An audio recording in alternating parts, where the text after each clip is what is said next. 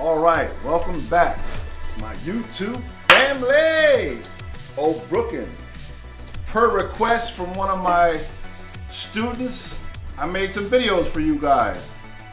2 tapers, 2 haircuts. One to leave it longer, the other one to cut it down. Again, I want you to watch the whole video, subscribe, like, see what you recognize, maybe things that you didn't recognize, different techniques that I used, things I've shown you in class. Hopefully you guys like it. Let me know, comment. Again, subscribe to the channel, like it, leave a comment. Teach you so you can be better, be great, okay? I miss you guys, I'm excited. Let me know what you think about the videos, and I hope to hear from you soon. Thanks, bye-bye. Okay guys, so right here I'm just getting him ready to start to pump the chair up, getting him to the level that I can see him best at. Start getting ready to cut his hair. Now I'm picking the hair out, getting all the loose hair. He wants a taper and leave the top messy, nappy, curly, you know, the latest style. So we're just picking out the edges, using a pick, as you can see, and just getting all that hair that I'm gonna cut ready to cut. This is just prepping your client before you start cutting their hair, okay? And now, as you see, I'm just going all around, and now I'm getting ready to start the first phase of the haircut. Okay, so now I'm taking my small fine-tooth comb, combing it again, and I'm taking my clipper and I'm coming up against the grain to make that first taper line. He wants it tapered really low, so I'm taking it with no guard, no anything, just the clipper, and I'm coming up ever so slightly against the grain, making that first point. And then as you can see, I'm putting the guard on and I'm going back up into it. I'm not going too high, just light, short strokes, in and out, coming and knocking some of that bulk weight out. And you see I'm combing it. You want to make sure that you're combing your hair after you cut it so you can see what you're doing and you're not going up too high. Now I'm just fiddling with it. Now I took off the guard and now I'm just freehanding it. You see how steady I'm being? I'm just eyeballing it. It's just freehand, no guard, no anything. Light, short strokes, and in a moment, you'll see me go back to using clipper over comb, another technique that I've showed you guys. So, all the things that I show you in class are things that are live and in living color as we're cutting hair in the barbershop.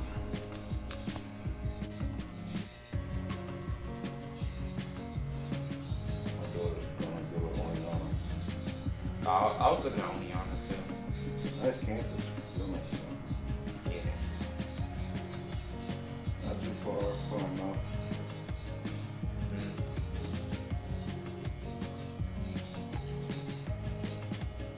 Yeah, they got a new coach last year, I think.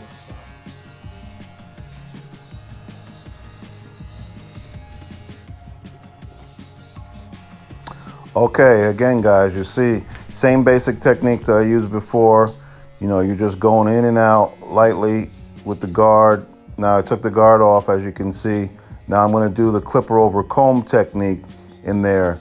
And the reason I love the clipper over comb technique so much is because depending on where you are on the haircut, where you are on the head, or the texture of the hair, you can make the guard, which would be your comb, like I showed you just there, any size you want. It's all to touch and to technique and how far you pull it up and pull it in. The angle in which you hold the comb, how firmly you press into the hair or out of the hair. So I like clipper over comb a lot because it gets you in and out of tight spaces easily where some guards might not fit. Now again here, I'm just going over freehand, cleaning up stuff that the clipper couldn't get with the guard or with the clipper over comb technique. It's just hand-eye coordination, soft, steady strokes, as you can see what I'm doing.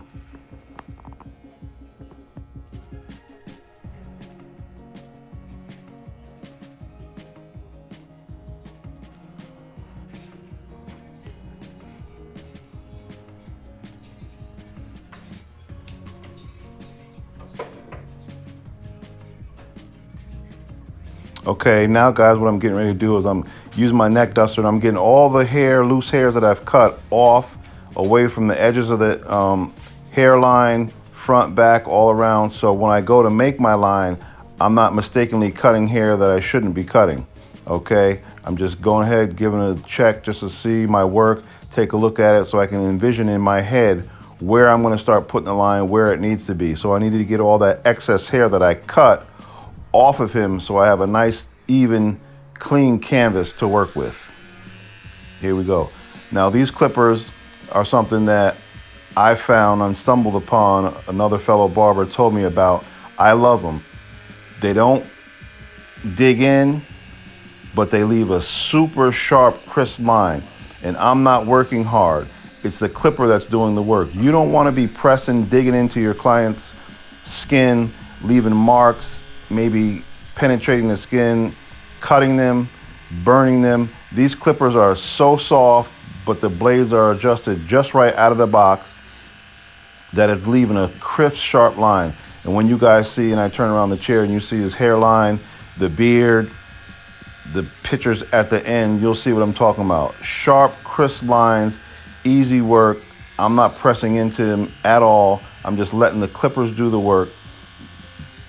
I tell you guys all the time, tools make a big difference, but how you use them are even more of a difference, because you can have a sharp clipper, use it wrong and damage someone, and you can have a not so sharp clipper but know how to use it and make a crisp line. Now what I'm doing here with the with the trimmers is go ahead and getting all those little tiny little loose hairs. This is the difference between when your client looks in the mirror and sees that finished product and is like, oh wow, I love it, gives you a tip, as opposed to just looking at it real quick and say, yeah, it's okay. Those details are what make you separate from other barbers. I teach you guys that, I tell you guys that. It's all in the details.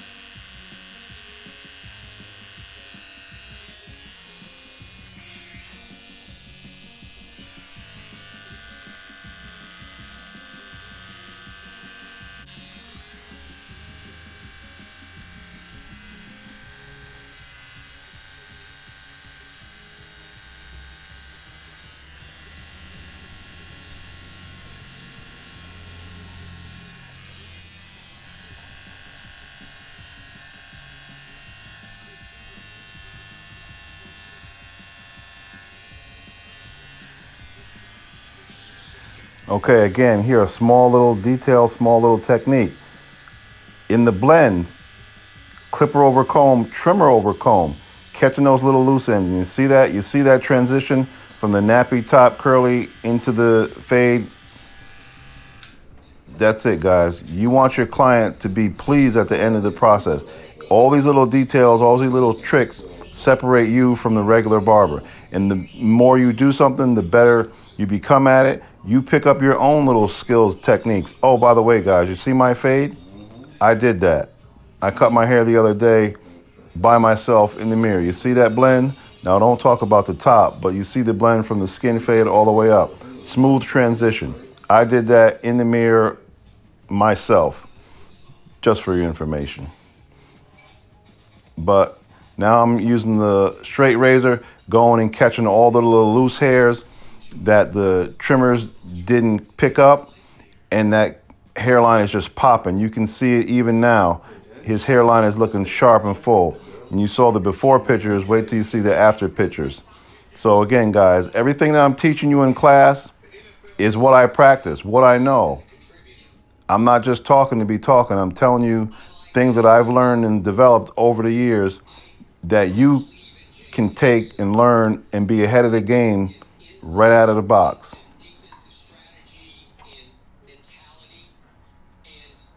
Okay, guys, here we go with the finished product. I'm just going over the loose ends, making sure all the hair that I don't want there is gone. Getting ready to finish up the haircut, as you guys can see. It's all in the details, guys. What you put in, what you put out. You can see the lines from there, they're crisp.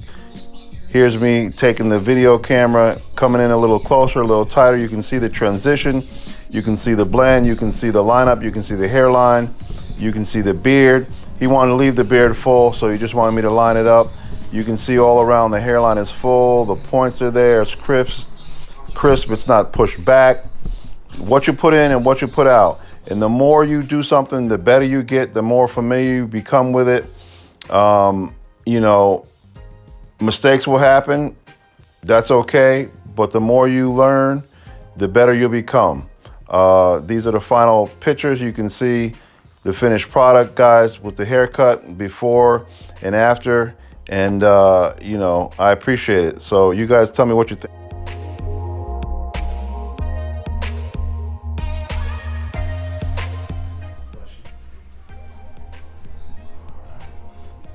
Okay, guys, this is the second haircut, same type of thing, but he wanted his cut down some. So I'm picking it all out, not just the edges where I picked out the last one. I'm picking out the top.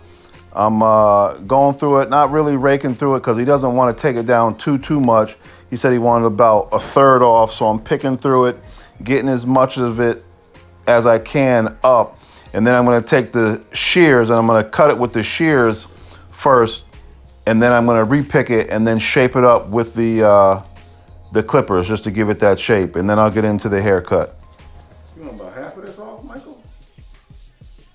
Not half of it. A third? I got you.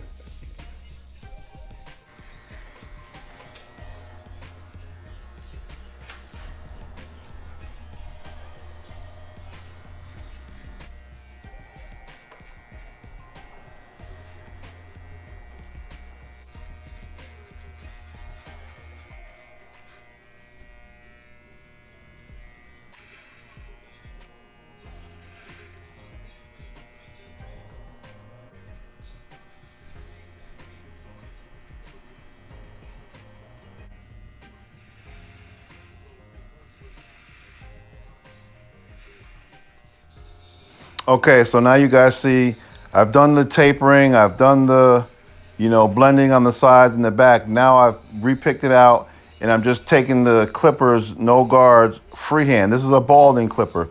So these teeth are very sharp, very close set together. I like to use these because it gives it the truest cut. And you can see the shape starting to come in. Just free flowing like you guys did on the mannequins when I was showing you that. Same technique. You're just picking it out and going over it slow, visualizing the afro coming together, and I'm just skimming the top. I'm not really raking and cutting down in it. Remember, I was telling you guys, leave it as long as possible. I'm just taking the loose ends off, but it's creating that shape. You can start to see it come together. It was all out and nappy and curly.